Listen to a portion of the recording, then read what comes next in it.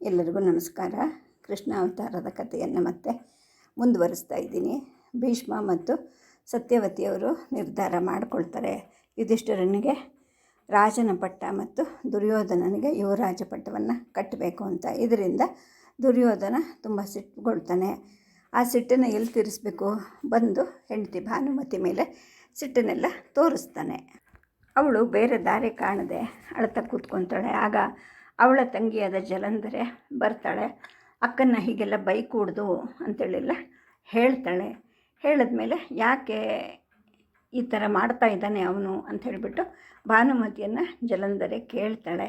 ಆಗ ಅವಳು ಹೇಳ್ತಾಳೆ, ಈಗ ಅವನು ಕಷ್ಟದಲ್ಲಿ ಸಿಕ್ಕೊಂಡಿದ್ದಾನೆ, ಹಾಗಾಗಿ ಗೋವಿಂದನ ಸಹಾಯವನ್ನು ಪಡಿ ಅಂತ ನಾನು ಹೇಳಿದೆ. ಅದು ಅವನಿಗೆ ಸಿಟ್ಟು ತರಿಸಿದೆ. ನೀನು ಅವನ ಜೊತೆಗೆ ಹೋಗ್ಬಿಡು, ಹಾದ್ರಗಿತ್ತಿ ನೀನು ಅನ್ನೋ ಹಾಗೆ ಅವನು ನನ್ನನ್ನು ಬೈದ. ಜೊತೆಗೆ ಗೋವಿಂದನನ್ನು ನಾನು ಮತ್ತೆ ನೋಡೋಕ್ಕೂ ಆಗೋದಿಲ್ಲ ಅಂತ ಹೇಳಿಬಿಟ್ಟು ಅವಳು ತನ್ನ ಮನಸ್ಸಿನ ವ್ಯಥೆಯನ್ನು ಹೇಳ್ಕೊಳ್ತಾಳೆ ತಂಗಿ ಹತ್ರ. ಇನ್ನು ಜಲಂಧರ ಕೇಳ್ತಾಳೆ, ಯಾಕೆ ನೋಡಬಾರ್ದಂತೆ, ಕೃಷ್ಣ ನಿನ್ನನ್ನು ತಂಗಿ ಅಂತಲೇ ಭಾವಿಸಿದ್ದಾನೆ. ನಮ್ಮಣ್ಣ ಸುಶರ್ಮ ಕೂಡ ಹೇಳ್ದ, ವಾಸುದೇವನನ್ನು ನೋಡಲಿಕ್ಕೆ ಅವನ ಅಪ್ಪಣೆ ಯಾಕೆ ಕೊಡಬೇಕಂತೆ. ಪ್ರತಿಯೊಬ್ಬರು ಅನಿರ್ಬಂಧವಾಗಿ ವಾಸುದೇವನನ್ನು ನೋಡ್ತಾರೆ. ದೌಮ್ಯರ ಆಶ್ರಮದಲ್ಲಿ ನಾನೇ ಅದನ್ನು ನೋಡಿದ್ದೀನಿ ಅಂತ ಜಲಂಧರ ಹೇಳ್ತಾಳೆ. ಆಗ ಭಾನುಮತಿ ಅಳ್ತಾನೆ ಹೇಳ್ತಾಳೆ, ಹಸ್ತಿನಾಪುರಕ್ಕೆ ಬಂದಾಗ ಅವನನ್ನು ಭೇಟಿ ಆಗಬೇಕು ಅಂತ ನಾನು ಎಷ್ಟು ದಿನದಿಂದ ಹಂಬಲಿಸ್ತಾ ಇದ್ದೀನಿ. ಒಂದು ಸಲ ನನ್ನನ್ನು ಜೀವನ ಮರಣದಿಂದ ಹೇಗೆ ಕಾಪಾಡ್ದ ನಿನಗೆ ಗೊತ್ತಿದೆ ಅಲ್ವಾ, ಎಷ್ಟು ಪ್ರೀತಿ ಅವನಿಗೆ ನನ್ನನ್ನು ಕಂಡ್ರೆ. ಈಗ ನಾನು ಅವನನ್ನು ನೋಡಬಾರ್ದಂತೆ ಅಂತ ಹೇಳಿಬಿಟ್ಟು ಮತ್ತೆ ಅಳಲಿಕ್ಕೆ ಶುರು ಮಾಡ್ತಾಳೆ. ಆಗ ಜಲಂಧರೆ ತನ್ನ ಸೆರಗಿನ ಕೊನೆಯಿಂದ ಅಕ್ಕನ ಕಣ್ಣುಗಳನ್ನು ಒರೆಸ್ತಾಳೆ. ಮತ್ತು ಭಾನುಮತಿ ಮುಂದುವರಿಸ್ತಾಳೆ, ನಾನು ಅವನನ್ನು ನೋಡದೇ ಇರೋದಷ್ಟೇ ಆದರೆ ಹೋಗಲಿ ಅಂತ ಅಂತಿದ್ದೆ. ಆದರೆ ಈಗ ನಾನು ನನ್ನ ಗಂಡನಿಗೋಸ್ಕರನೇ ಅವನನ್ನು ನೋಡಬೇಕು. ಗೋವಿಂದ ಆದರೆ ಪವಾಡ ಮಾಡಬಲ್ಲ, ಏಕೆಂದರೆ ಪಾಂಡವರನ್ನು ಅವನೇ ಬದುಕಿಸಿ ತಂದಿದ್ದು. ಹಾಗೆ ಆರ್ಯಪುತ್ರನನ್ನು ಕೂಡ ರಕ್ಷಿಸೋಕ್ಕೆ ಶಕ್ತನಾಗಿರೋನು ಅವನೊಬ್ಬನೇ. ಆದರೆ ಅವನ ರಕ್ಷಣೆನೇ ಬೇಡ ಅಂತ ಈ ನನ್ನ ಗಂಡ ಹೇಳ್ತಾ ಇದ್ದಾನೆ ಅಂತ ಹೇಳ್ತಾಳೆ. ಇದನ್ನು ಹೇಳ್ತಾ ಹೇಳ್ತಾ ಅವಳಿಗೆ ತಲೆ ಸುತ್ತಿದ ಹಾಗಾಗುತ್ತೆ. ಕಣ್ಣು ಮುಚ್ಚಿಕೊಂಡು ತಂಗಿ ಮೇಲೆ ಹಾಗೆ ಒರಗ್ತಾಳೆ. ಈಗ ಇರೋ ಹಾಗೆ ಆರ್ಯಪುತ್ರ ಹಸ್ತಿನಾಪುರವನ್ನು ಆಳಲಾರ, ಜೊತೆಗೆ ನನ್ನ ಮಗ ಎಂದು ಕುರುಕುಲದ ಚಕ್ರವರ್ತಿ ಕೂಡ ಆಗಲಾರ ಅಂತ ಮತ್ತೆ ಮತ್ತೆ ಬಿಕ್ಕಿ ಬಿಕ್ಕಿ ಅಳಕ್ಕೆ ಶುರು ಮಾಡ್ತಾಳೆ. ಅಂದರೆ ಒಬ್ಬ ಎಳೆ ಹುಡುಗಿ ಏನೋ ಬಹಳ ನೋವಾದಾಗ ಅಳುತ್ತಾಳಲ್ಲ, ಆ ಥರ ಅವಳ ಧ್ವನಿ ಮತ್ತು ಅವಳ ಒಂದು ನಡವಳಿಕೆ ಇರುತ್ತೆ. ಭಗವಂತ ನನ್ನ ಮೇಲೆ ಕರುಣೆ ತೋರು, ನನ್ನ ದುರ್ವಸ್ಥೆಯನ್ನು ನೋಡು, ನಾನು ಸತ್ತೇ ಹೋಗ್ಬಿಡ್ಬೇಕು ಅಂತ ಅಂದ್ಕೊಂಡಿದ್ದೀನಿ, ಆದರೆ ಏನು ಅರಿದೇ ಇರೋ ಈ ನನ್ನ ಮಗುನೂ ಕೊಲ್ಲಬೇಕಲ್ಲ ಅಂಥೇಳಿ ವ್ಯಥೆಯಿಂದ ಹೇಳ್ತಾಳೆ. ಆಗ ಒಂದು ಅರ್ಧ ಕ್ಷಣದಷ್ಟು ಜಲಂಧರ ಯೋಚನೆ ಮಾಡ್ತಾಳೆ. ಆಮೇಲೆ ಹೇಳ್ತಾಳೆ ಅವಳು, ಅಕ್ಕ ನೀನು ಚಿಂತೆ ಮಾಡಲೇಬೇಡ, ನಾನು ವಾಸುದೇವನಿಗೆ ಏನು ಹೇಳಬೇಕು ಅದನ್ನು ನನಗೆ ಹೇಳು, ನಾನು ಅವನಿಗೆ ಮುಟ್ಟಿಸ್ತೀನಿ ಅಂಥೇಳಿ ಹೇಳ್ತಾಳೆ. ಭಾನುಮತಿ ಜಲಂಧರ ಕಡೆಗೆ ಅವಾಕ್ಕಾಗಿ ನೋಡ್ತಾಳೆ. ಕಂಬನಿಯಿಂದ ಅವಳ ಮುಖವೆಲ್ಲ ತೊಯ್ದು ತೊಪ್ಪೆ ಆಗೋಗ್ಬಿಟ್ಟಿರುತ್ತೆ. ಆರ್ಯಪುತ್ರನಿಗೆ ಗೊತ್ತಾಗ್ಬಿಟ್ರೆ ಅವನು ಕೊಂದು ಬಿಡ್ತಾನೆ ಅಂಥೇಳಿ ಮತ್ತೆ ಭಯಗೊಂಡು ಮಾತಾಡ್ತಾಳೆ. ಆಗ ಜಲಂಧರ ಹೇಳ್ತಾಳೆ, ನೀನೇನು ಆ ಭಯ ಪಡಲೇಬೇಡ, ಅವನಿಗೆ ಗೊತ್ತಾಗ್ದಾಗೆ ನಾನು ಏನೋ ಒಂದು ಏರ್ಪಾಟ್ ಮಾಡ್ಕೊಳ್ತೀನಿ, ಹೋಗ್ಬಿಟ್ಟು ನಾನು ಅವನನ್ನು ನೋಡಿಬಿಟ್ಟು ಬರ್ತೀನಿ ಅಂಥೇಳಿ ಹೇಳ್ತಾಳೆ. ಆದರೆ ಭಾನುಮತಿ ಇಲ್ಲ ಇಲ್ಲ ಬೇಡ ಬೇಡ ಅಂತ ಹೇಳಿಬಿಟ್ಟು ಜಲಂಧರಳ ಮಾತನ್ನು ಪ್ರತಿಭಟಿಸ್ತಾಳೆ.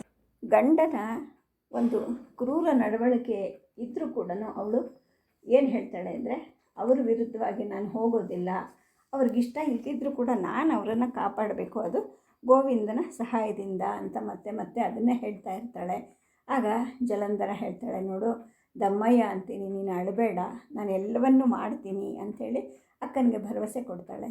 ಆಮೇಲೆ ಭಾನುಮತಿ ಹೇಳ್ತಾಳೆ, ಜಲಂಧರ ಗೋವಿಂದ ಒಬ್ಬನೇ ಇದ್ದಾಗ ಭೇಟಿ ಮಾಡು, ನೀನು ಏನು ಹೇಳಬೇಕು ಅಂದರೆ, ನಿನ್ನ ಪುಟ್ಟ ತಂಗಿಗೆ ಯಾವಾಗಲೂ ನಿನ್ನದೇ ಧ್ಯಾನ, ತನ್ನ ಪ್ರಣಾಮಗಳನ್ನು ಸಲ್ಲಿಸೋಕ್ಕೆ ಅವಳೇ ಬರ್ತಿದ್ಲು, ಆದರೆ ಪ್ರಭು ಹೋಗ್ಕೂಡ್ದು ಅಂತ ಅಪ್ಪಣೆ ಮಾಡಿದ್ದಾನೆ, ನನ್ನನ್ನು ಭೇಟಿಯಾಗೋಕ್ಕೂ ಬಿಡದೇ ಇರೋದಕ್ಕೋಸ್ಕರ ನನ್ನ ಗಂಡನನ್ನು ನಿನ್ನ ಕ್ಷಮಿಸು ಅಂತ ಕೇಳು ಅಂತೇಳಿ ಹೇಳ್ತಾಳೆ.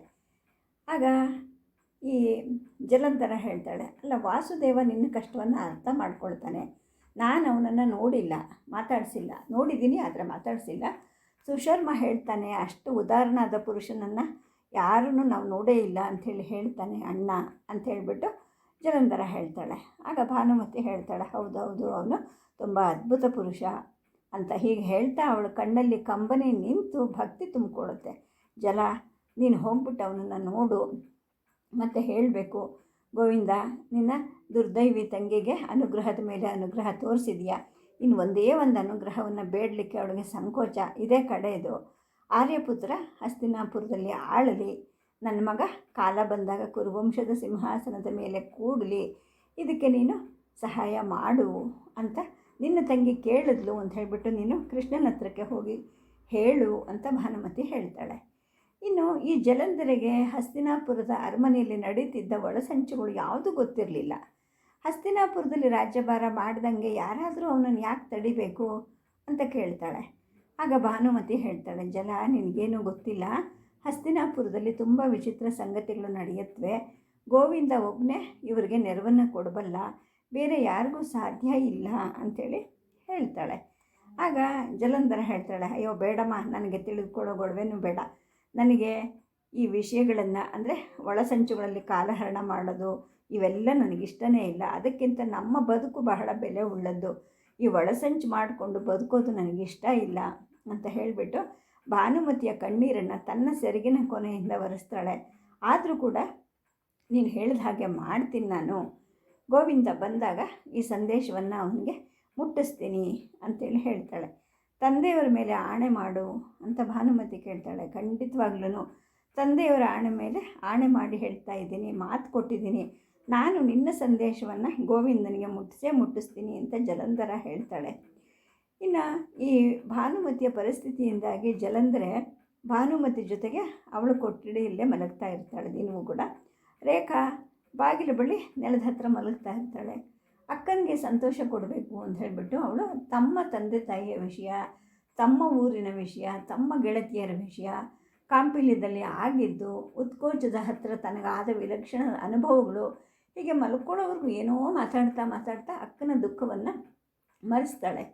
ಭಾನುಮತಿ ನಿದ್ದೆ ಹೋದ್ಮೇಲೆ ಎಂಥ ವಿಚಿತ್ರ ಪ್ರಸಂಗ ಅಲ್ವಾ ಇದು ಅಂತ ಯೋಚನೆ ಮಾಡ್ತಾಳೆ ಜಲಂಧರ.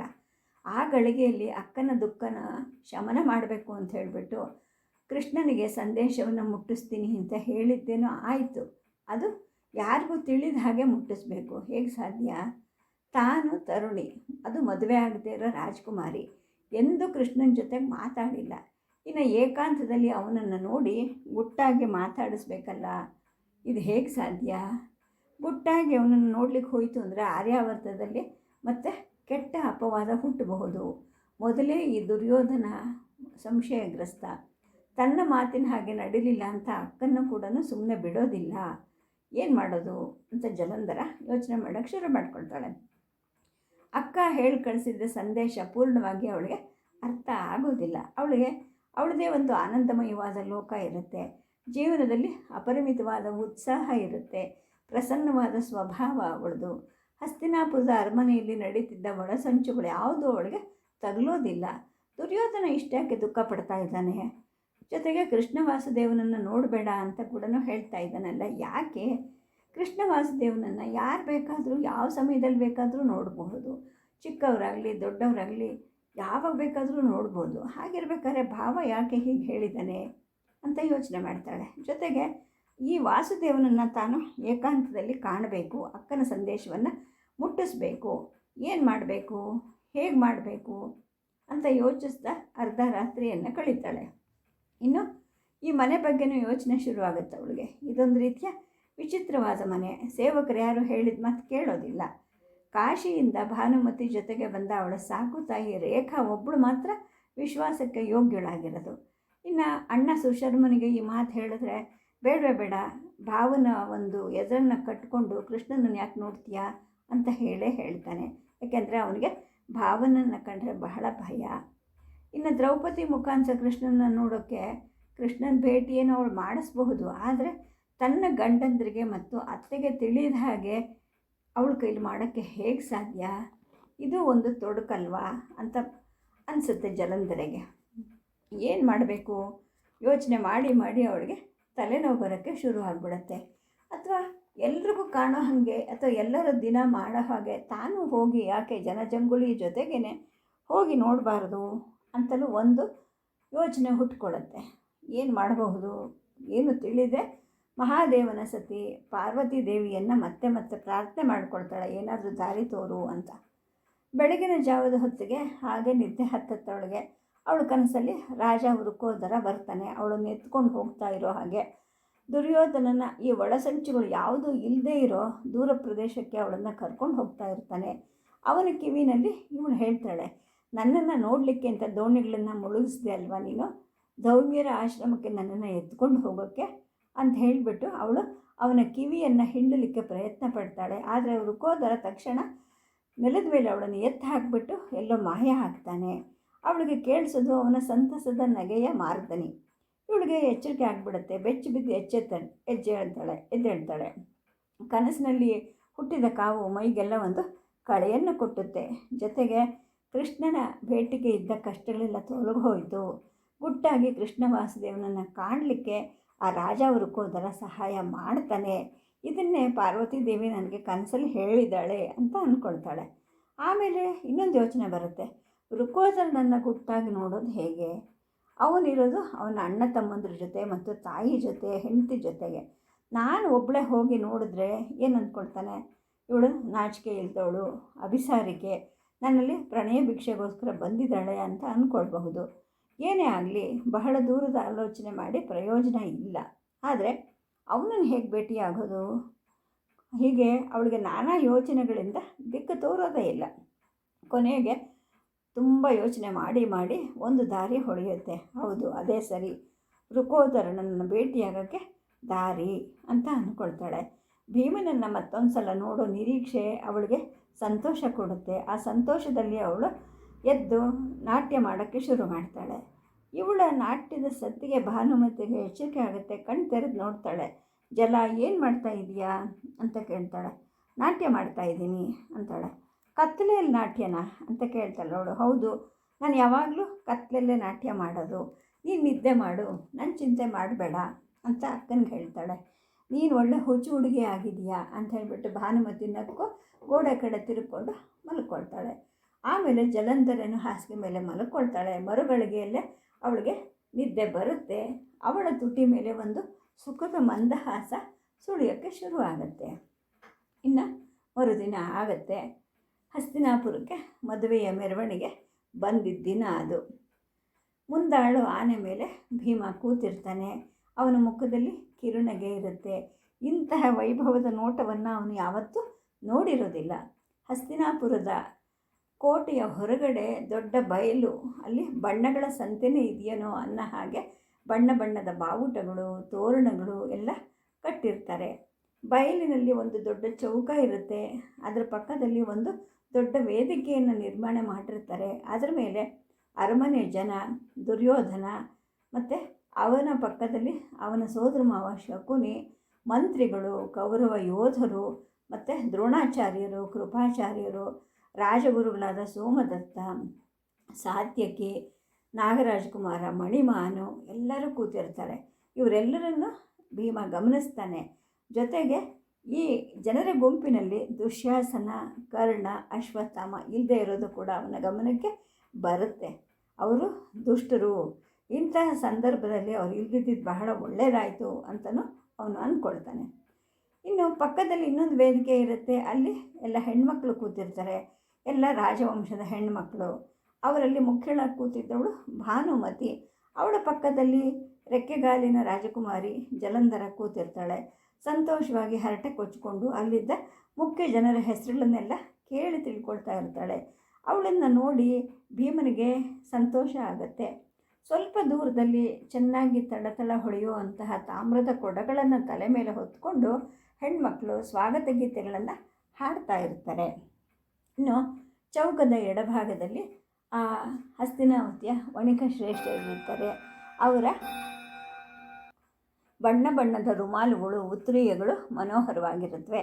ಬಲಗಡೆ ಭೀಮನ ಗೆಳೆಯರು ಅಂದರೆ ಕುಸ್ತಿಯ ಕಸುಬಿನ ಜಟ್ಟೆಗಳಿರ್ತಾರೆ. ಅವರೆಲ್ಲರೂ ಮೂಲ ಬ್ರಾಹ್ಮಣರು, ಆದರೆ ಕುರುಕುಲದ ಉನ್ನತ ಕುಟುಂಬಗಳಲ್ಲಿ ಸೇವೆ ಮಾಡ್ತಿರ್ತಾರೆ. ವಿಲಕ್ಷಣವಾಗಿರುತ್ತೆ ಅವರ ಉಡುಪುಗಳು. ಅಂದರೆ ಸೊಂಟಕ್ಕೊಂದು ಚಡ್ಡಿ, ಹೆಗಲ ಮೇಲೆ ಒಂದು ತುಂಡು ವಸ್ತ್ರ, ರುಮಾಲು ತಲೆಗೆ ಒಂದು ಹೂವು ಸಿಕ್ಕಿಸಿರ್ತಾರೆ. ಆಮೇಲೆ ಮೈ ತುಂಬಿಕೊಂಡಿರುತ್ತೆ, ಅಂದರೆ ಜಟ್ಟಿಗಳ ಮೈ ಇರುತ್ತಲ್ಲ ಆ ಥರ. ಗಡಸಾಗಿರೋ ಅಂಗಾಂಗಗಳು ಇವೆಲ್ಲವನ್ನು ಜನರು ಮೆಚ್ಚುಗೆಯಿಂದ ನೋಡ್ತಾ ಇರ್ತಾರೆ. ಅವರ ನಂತರ ಬಿಲ್ಲಾಳುಗಳು ನಿಂತಿರ್ತಾರೆ. ನಗರ ರಕ್ಷಕರು ಪ್ರತಿಯೊಬ್ಬರ ಕೈಯಲ್ಲೂ ಬಲಗಡೆ ಭುಜದಲ್ಲಿ ಒಂದು ಬಿಲ್ ಇರುತ್ತೆ, ಎಡಗೈಯಲ್ಲಿ ಒಂದು ಭಲ್ಲೆ ಇರುತ್ತೆ. ಮೆರವಣಿಗೆ ಹತ್ತಿರ ಬಂದಾಗ ಅವರೆಲ್ಲರೂ ಪಾಂಡವರಿಗೆ ಜಯವಾಗಲಿ ಅಂತ ಕೂಗ್ತಾರೆ. ಉಳಿದವರು ಕೂಡ ಅವರನ್ನು ಅನುಸರಿಸಿ ಕೂಗ್ತಾ ಇರ್ತಾರೆ. ಉಳಿದವರು ಕಿಕ್ಕಿರಿ ತುಂಬಿದಂತಹ ಜನರು ಎಲ್ಲರೂ ಉತ್ತಮವಾದ ವಸ್ತ್ರಗಳನ್ನು ಧರಿಸಿರ್ತಾರೆ. ಕೆಲವು ಗುಂಪುಗಳು ತಾಳ ಕಟ್ಟಿ ಮೊದಲೇ ಹೊಡಿತಿರ್ತಾರೆ, ಕೆಲವರು ಶಂಖವನ್ನು ಊದ್ತಾ ಇರ್ತಾರೆ, ಕೊಂಬನ್ನು ಊದ್ತಾ ಇರ್ತಾರೆ. ಕಟ್ಟಕಡೆಯಲ್ಲಿ ಹಸ್ತಿನಾಪುರದ ಜನ ಇಷ್ಟು ವೈಭವದಿಂದ ಆದರದಿಂದ ಸ್ವಾಗತ ಕೊಟ್ಟಿರೋದನ್ನು ನೋಡಿ ತಾವು ಪಟ್ಟ ಎಲ್ಲ ಕಷ್ಟವೂ ಸಾರ್ಥಕ ಆಯಿತು ಅಂತ ಭೀಮನಿಗೆ ಅನಿಸುತ್ತೆ. ಎಲ್ಲರೂ ವಿಜಯೋತ್ಸವದಲ್ಲಿ ಮುಳುಗೋಗಿರ್ತಾರೆ. ಏಕೆಂದರೆ ಜ್ಯೇಷ್ಠನನ್ನು ಅಂದರೆ ಯುಧಿಷ್ಠಿರನನ್ನು ಕಂಡರೆ ಎಲ್ಲರಿಗೂ ಬಹಳ ವಿಶ್ವಾಸ ಇರುತ್ತೆ. ಅವನ ಆಡಳಿತದಲ್ಲಿ ನ್ಯಾಯ ಇರುತ್ತೆ, ಕರುಣೆ ಇರುತ್ತೆ. ಜನಸಾಮಾನ್ಯರ ಕಲ್ಪನೆಯಲ್ಲಿ ಅವನು ಬಹಳ ಮೂರ್ತಿವಂತನಾಗಿರ್ತಾನೆ. ಇಷ್ಟು ದಿನ ಧರ್ಮ ಇಲ್ಲದೆ, ನ್ಯಾಯ ಇಲ್ಲದೆ, ನಿಷ್ಕಾರಣವಾಗಿ ತಮಗೆ ಇಷ್ಟ ಇಲ್ಲದೇ ಇರೋರನ್ನ ಪೀಡಿಸ್ತಿದ್ದ ದುರ್ಯೋಧನ ಮತ್ತು ಅವನ ತಮ್ಮಂದಿರನ್ನು ನೋಡಿ ಜನ ಅಸಹ್ಯ ಪಟ್ಕೊಳ್ತಿರ್ತಾರೆ. ಇಂತಹ ಸಂದರ್ಭದಲ್ಲಿ ಪಾಂಡವರು ಹಿಂತಿರುಗಿ ಬಂದಿದ್ದು ಆ ಜನರಿಗೆ ಒಂದು ಹೊಸ ಆಶಾಭಾವನೆಯನ್ನು ಹುಟ್ಟಿಸುತ್ತೆ. ಸದ್ಯಕ್ಕೆ ಕಥೆಯನ್ನು ನಿಲ್ಲಿಸಿರ್ತೀನಿ. ನಮಸ್ಕಾರ.